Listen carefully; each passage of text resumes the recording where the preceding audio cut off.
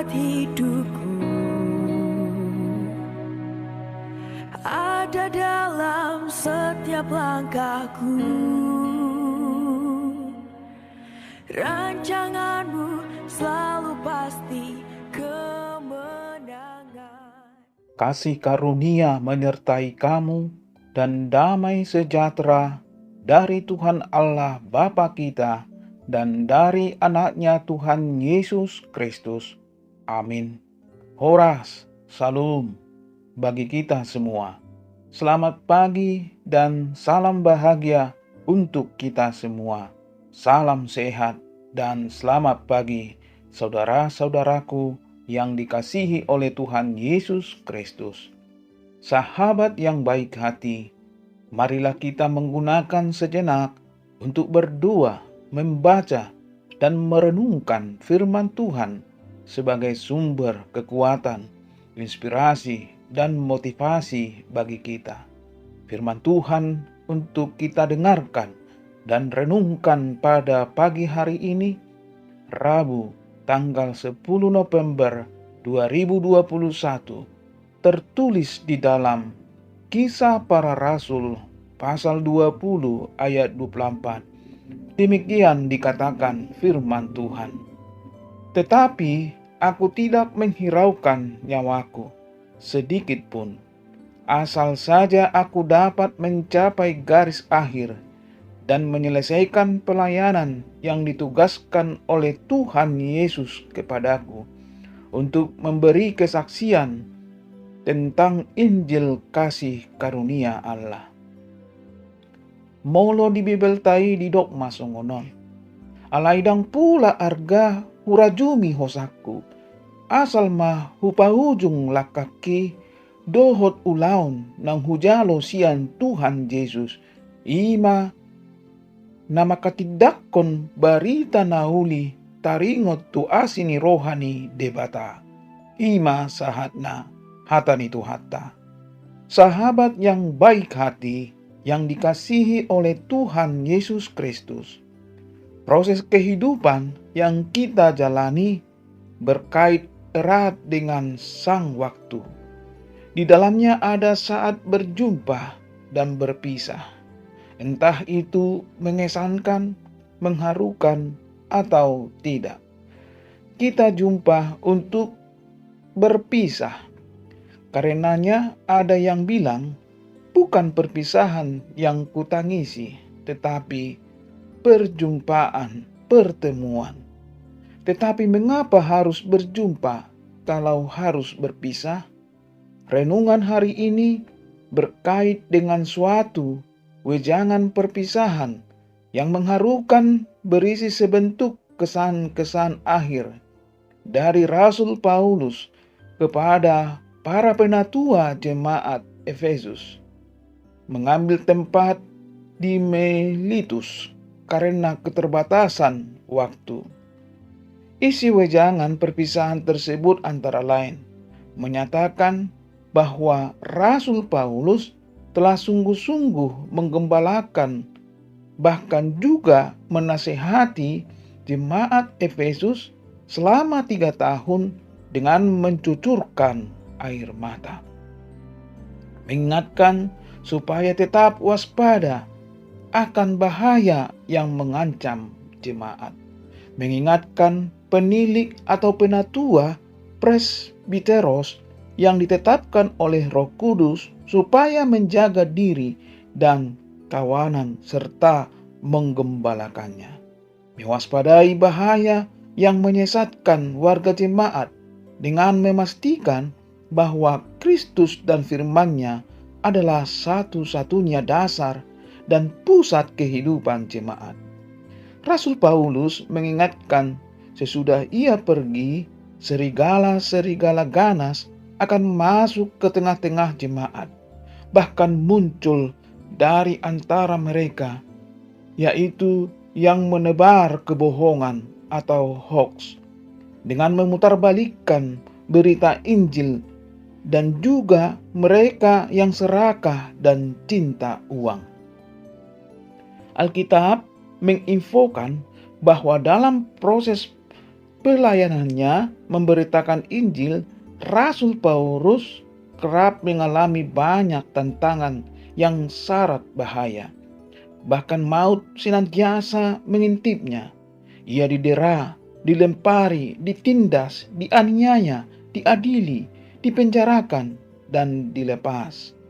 Mengalami karam kapal yang terbawa arus ke tengah laut, digigit ular, berbisa, dan lain-lain.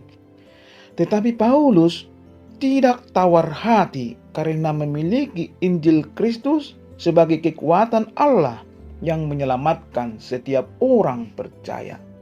Paulus tetap fokus pada tugas panggilan yang dipercayakan oleh Allah, supaya Kristus dengan nyata dimuliakan di dalam tubuhku, baik oleh hidupku maupun oleh matiku. Filipi 1 ayat 20. Saudara-saudara yang dikasihi oleh Tuhan Yesus Kristus, bagi Rasul Paulus, hidup dan pelayanan bagi Kristus adalah ibarat sebentuk perlombaan rohani yang harus diikuti dengan kesetiaan mutlak bagi Tuhan, supaya mencapai garis akhir dan memelihara iman.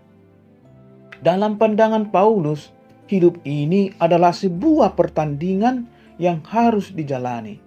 Ibrani juga menuliskan hal yang sama. Telah ada banyak orang-orang sebelum kita yang juga mengikuti pertandingan yang sama, dan mereka telah keluar sebagai pemenang.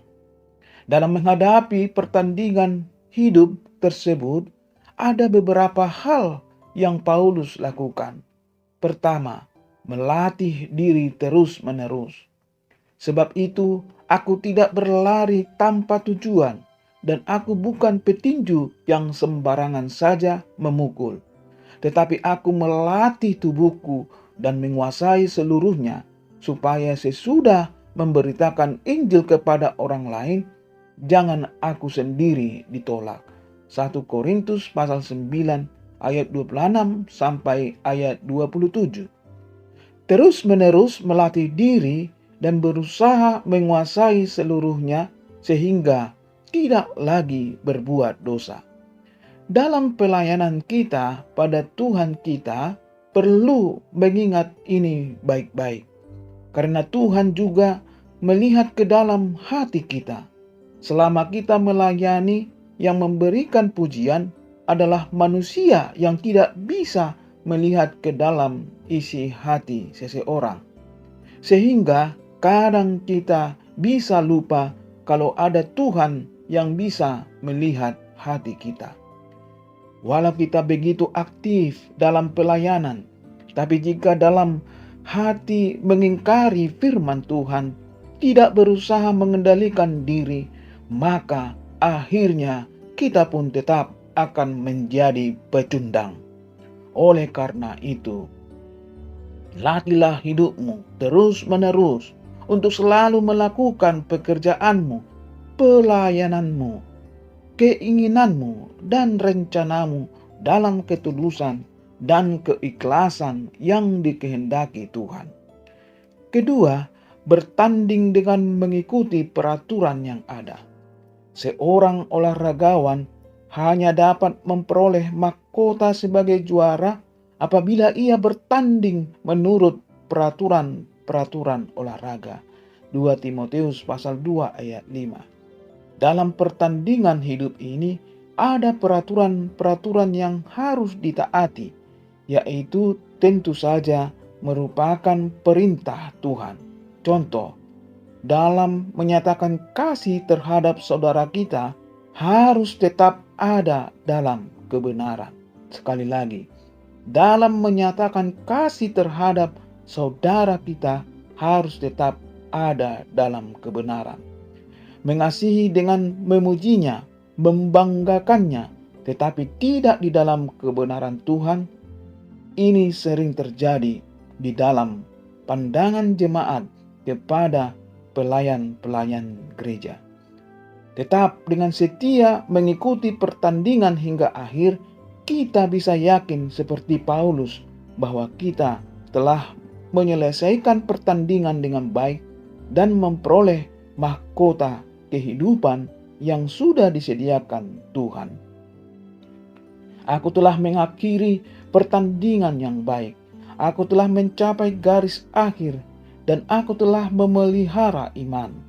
Sekarang telah tersedia bagiku mahkota kebenaran yang dikaruniakan kepadaku oleh Tuhan, Hakim yang adil, pada harinya, tetapi bukan hanya kepadaku, melainkan juga kepada semua orang yang merindukan kedatangannya. Amin. Mari kita berdoa.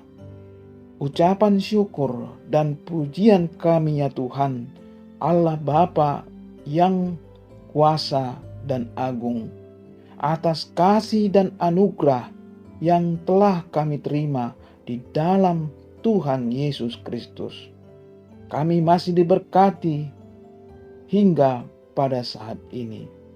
Hidup dan kehidupan masih kami jalani.